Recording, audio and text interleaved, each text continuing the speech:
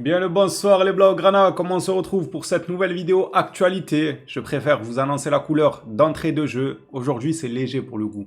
C'est très léger. Quelques petites précisions. Le sponsor de Juan Garcia qui leak officiellement le transfert de Juan Garcia au FC Barcelone. Bon, on le savait, c'est un secret pour personne. Hier, on parlait de la clause qui a été levée par le Barça, mais qu'il reste juste quelques détails à peaufiner pour officialiser. Le sponsor, lui, il s'en fout. Ah, lui, t'es basse, pas t'es basse, la Liga qui valide la clause, pas la clause. Du moins, je m'en fous. C'est un sponsor, donc il faut la rentabilité sur la publicité. C'est-à-dire, il a dit, moi, j'annonce maintenant. J'annonce que Juan Garcia, c'est un joueur du Barça. Comme ça, je commence à encaisser dès maintenant les fans du Barça qui vont commencer à peut-être s'intéresser aux gants du gardien. Enfin bref, c'est de la publicité. Il y a des gardiens, il y en a qui aiment ce poste-là et ils vont se procurer les équipements du FC Barcelone. Donc, ils ont préféré annoncer ça. Ils veulent faire du chiffre cet été.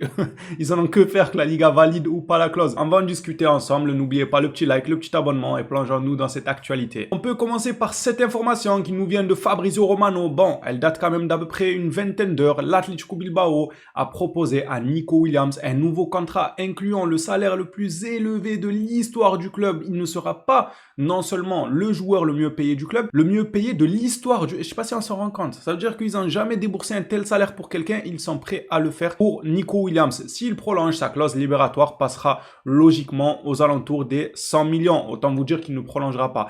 Nico a lui-même confié à ses coéquipiers qu'il quittait l'Atlético Bilbao cet été. Si c'est pas pour le Barça, ça va sûrement être pour un autre club. En tout cas, il a envie d'aller voir ailleurs. Normal, il veut évoluer, passer à la vitesse supérieure, avoir le meilleur salaire de Bilbao. J'ai envie de dire, c'est bien, mais tu restes quand même à Bilbao. Avant le match Espagne-Portugal lors de la Ligue des Nations, Juan Laporta a bien discuté avec Nico Williams. Une discussion d'une quinzaine de minutes. Tout a été mis à plat. Oula, pourquoi on parle de plat là? Quand il y a Laporta dans les environs, moi, faut pas me dire le mot plat. Il n'y a pas d'expression qui tient. Ne me dites pas oui, mais ils disent à plat parce qu'ils parlent de genre mettre tout sur la table. Non, Laporta, plat, c'est plat. Plat, il a mangé quoi, Laporta, encore? Comment ça, tout a été mis à plat? Qu'est-ce qu'il a mangé encore, Laporta? Le lendemain, l'agent du joueur a contacté Deco pour prévoir une réunion. Réunion qui s'est déroulée hier. Petite parenthèse pour dire que Deco, il apprécie les réunions. Lui, ces réunions, j'ai l'impression qu'il est tous les jours en réunion. Il a pas aimé l'année dernière quand je l'ai critiqué, quand je disais qu'il y a un mercato à faire et que lui, il était en train de bronzer sur les plages du Portugal. On avait des photos de lui en maillot de bain sur les plages du Portugal alors que nous, on attendait des recrues. Là, cette année, il a retenu la leçon. Il a dit, bon, le Cava, là, il parle trop là-bas, Cava JR. Je vais mettre la vitesse grand V, je vais enchaîner les réunions. Mais des réunions, on veut des résultats. Pour le moment, ça se passe bien. Mais je t'attends au tournant, Deco. Il n'y a pas que Laporta qui a invité Nico Williams à manger un plat. Non, je rigole. Il n'y a pas que Laporta qui a tout mis à plat avec Nico Williams, car Gigante FC nous disent que Hansi Flick, lui aussi, a eu une discussion directe au téléphone avec Nico Williams. Lisons ça ensemble. Flick a eu une conversation téléphonique avec Nico Williams et lui a expliqué que le Barça étant dans une situation financière pas très stable, il n'avait plus de crédit pour continuer la conversation téléphonique. Donc il a dû raccrocher, il lui a dit, je te rappelle tout à l'heure du taxiphone. Il a dit, ça y est, on n'a plus de crédit dans nos puces au Barça. Donc on se rappelle, il a dit WhatsApp, il a dit, donne-moi ton WhatsApp, on va s'appeler là-bas, comme ça au moins on paye pas les crédits. Non, plus sérieusement les gars, faut être sérieux des fois. Je m'éparpille tout le temps, c'est plus fort que moi, mais c'est vrai. Comment ça, la conversation téléphonique? Oh, vous êtes en Espagne, donnez-vous rendez-vous dans une cafétéria, un délire comme ça. Pas restaurant, là, on n'a pas dit sushi, pizza et tout, on sait que t'adores ça. Et on parle professionnel, un petit café, un petit jus, et on parle contrat et avenir. Comment ça, discussion téléphonique? Oh, faut pas trop chiffrer en termes de crédit, là, ça coûte cher. On n'a pas les moyens à Barcelone. Le coach allemand lui aurait expliqué le projet sportif du FC Barcelone. Il est alléchant. Nous-mêmes, on sait, de ce qu'on voit, de ce qui est en train de se construire petit à petit, et les aboutissements de la saison passée, ça laisse à penser fortement que ce Barça commence réellement à avoir un projet sportif attractif. C'est pas pour rien que tout le monde veut venir. Je ne sais plus quel journaliste avait dit cet après-midi. Rashford veut le maillot du Barça. Diaz veut le maillot du Barça. Comment il s'appelle? Nico Williams veut le maillot du Barça. Et Leao, apparemment, bon, il est un peu plus discret, je trouve, mais apparemment, ce qui se dit, il voudrait, il serait pas contre une arrivée à Barcelone. En gros, tout le monde est intéressé par le Barça parce que c'est vrai qu'on retrouve un peu les devants sur la scène internationale. Ter Stegen en Turquie, ce n'était pas qu'une simple rumeur. L'ancien entraîneur adjoint a communiqué en ce sens. Le transfert de Ter Stegen à Galatasaray est une réelle possibilité et il est complètement ouvert aux négociations. C'est déjà une bonne chose. Le gars, il est ouvert aux négociations. Bon, ça se voit, il va demander la même chose que ce qu'il a à Barcelone.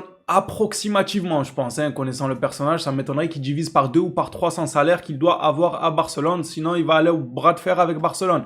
Je vous ai dit, notre seul espoir dans ce dossier, c'est la Coupe du Monde. Ter Stegen pourrait être... Attendez, Maintenant que... Attends, la Coupe du Monde, il y a tout qui se lit là. Bah oui, Pedri, il y a quelques jours, il avait mis une photo de lui, Lamine Yamal et Nico Williams avec la tenue de l'Espagne et il a mis la date de la finale de la Coupe du Monde. Il a mis ça en story sur Instagram, il me semble, sur ses réseaux, bref.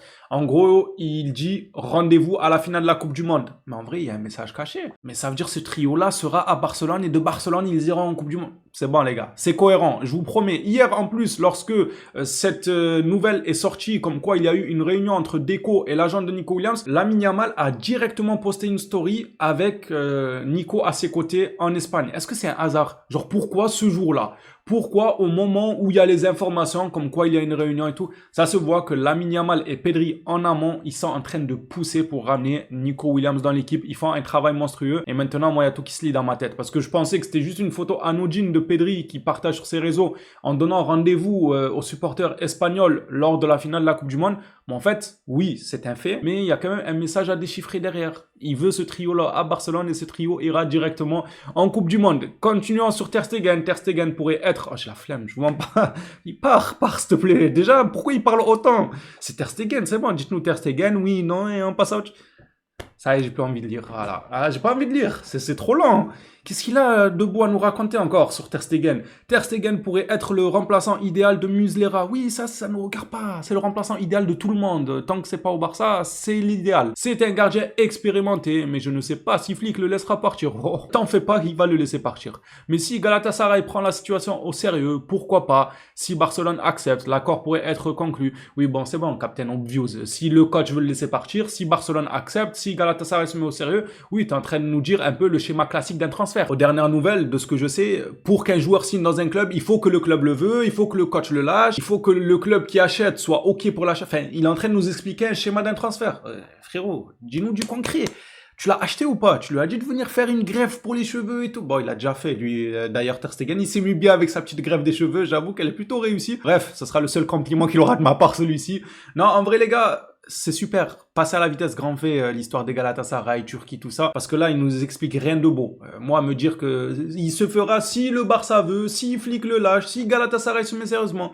Oui, c'est bon. L'accord pourrait être conclu, donc tout dépend du professionnalisme et de la capacité de négociation. Avec stabilité financière assurée, tout est possible. Les joueurs évaluent d'abord les conditions financières, puis prennent en compte les autres facteurs. Bon, il parle beaucoup pour rien dire. Merci, au revoir. On retiendra quand même qu'il a des touches du côté de Galatasaray, que l'ex-entraîneur adjoint, machin chouette, je sais plus quoi, a parlé et ça va dans notre sens à nous les Blaugrana. Voilà, on est heureux, on passe à autre chose maintenant. Parlons de Juan Garcia. Tiens donc, de quoi me remettre le sourire. Le sponsor de Juan Garcia annonce le transfert du joueur. Je vous ai dit, bénéfice max cet été. Ils se sont dit comment? Nous, on sponsorise, je crois, les gants, si je dis pas de bêtises, non? Être gardien de but, je sais même plus si c'est écrit, on va dire ça ensemble de toute façon, mais il me semble que c'est les sponsors des gants. Voilà, ils veulent un retour sur investissement, ils le sponsorisent, donc ils le payent à porter leur marque.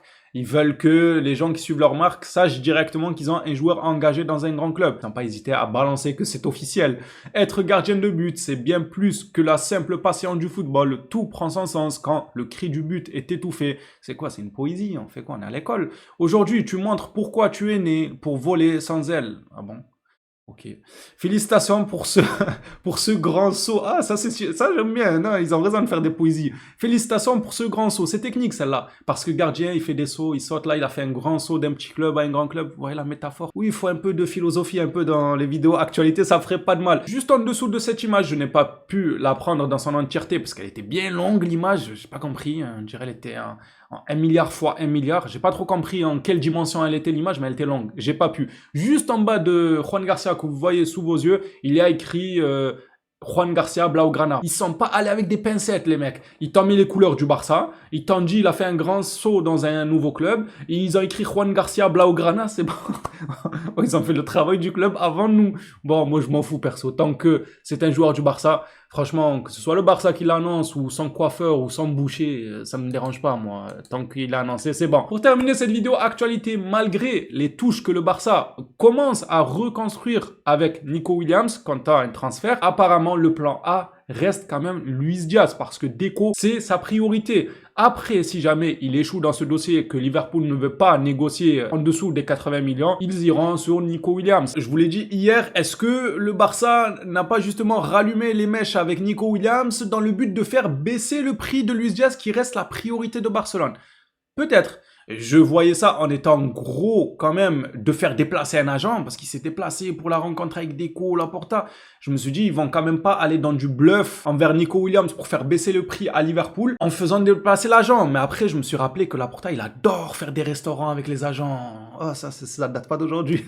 La vérité, ça date de au moins 2, 3, voire 4 saisons au bas mot que Laporta, lors des mercatos, il s'enfile des pizzas en face des agents de joueurs. Donc ça m'étonne pas, en vrai, ça peut être du bluff. Peut-être qu'il a invité l'agent juste pour se taper quelques pizzas et il s'est dit, bon, bénef, au final, on parle un peu de Nico, je mange mes pizzas et Liverpool, ils vont voir qu'on est sur Nico, ils vont me baisser le prix, j'aurai tout gagné. Au lieu d'acheter Diaz à 80 millions, je vais l'acheter à 50 millions et je vais mettre 30 millions dans des sushis. Il voit gros Laporta, en même temps, tout est gros chez Laporta. Oula, c'est bizarre. C'est bizarre ça. Bref, on va essayer de se ressaisir. Il est physiquement corpulent pour rester un peu plus professionnel. Allez, on se reprend les Blaugrana. Donc, c'est la priorité. Luis Diaz à l'heure actuelle, même si j'ai du mal à y croire. En vrai, j'y crois, mais sans trop y croire. Je sais pas comment vous dire. Genre, j'y crois que Deco veut Luis Diaz, mais j'ai le pressentiment que c'est Nico qui irait comme un gant à tous les étages. Au niveau du prix, on se casse pas la tête. Au niveau de, il est espagnol. Au niveau de la jeunesse. Au niveau de, il connaît déjà les joueurs. Au niveau de, il a envie de venir au club. Il a attesté lui-même son envie de vouloir porter le maillot du Barça. Il y a trop de trucs qui font que j'ai l'impression que c'est juste une question de jours pour que Nico Williams passe en plan A. Peut-être que je me trompe. Moi, peu importe qui vient entre les deux, je prends. Ce sont deux joueurs excellents, les deux avec leurs propres arguments que moi, j'apprécie énormément et que j'aimerais voir porter le maillot du FC Barcelone. On suivra ça de près ensemble, les Blaugrana. N'hésitez pas à réagir avec cette vidéo. Dites-moi un peu votre avis de votre côté dans l'espace commentaire. On s'attrape à la prochaine sur le Barça. D'ici là, prenez soin de vous, les phénomènes.